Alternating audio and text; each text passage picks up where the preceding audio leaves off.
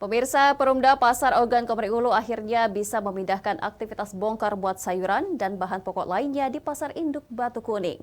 Aktivitas itu sudah mulai terlihat sejak 23 April kemarin, di mana sejak 14 tahun lalu terbengkalai. Aktivitas bongkar muat di Pasar Induk Batu Kuning mulai terlihat.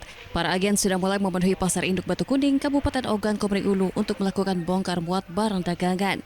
Sebelumnya, para pedagang tersebut melakukan bongkar muat di lapangan Korpri Batu Raja.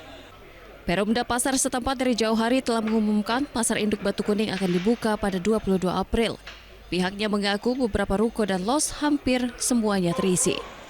Dirut Perumda Pasar Ogo mengaku jika Pasar Induk Batu Kuning ini sudah terbengkalai selama 14 tahun dan kembali diaktifkan 22 April 2024 tadi malam.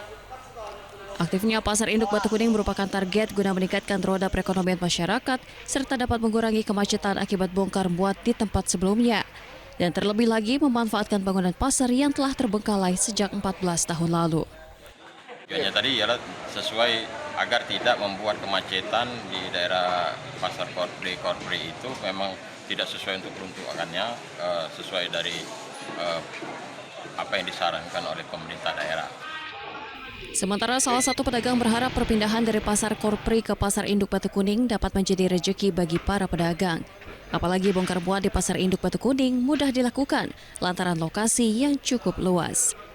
Tarakan ini memang diprioritaskan untuk para pedagang untuk memajukan Kabupaten Ogo khususnya. Jadi kami sebagai pedagang mengikuti aturan dan mendukung untuk dibukanya Pasar Induk Batu Kuning. Dari Ogan Komering Ulu, Widori Agustino, iNews, laporkan.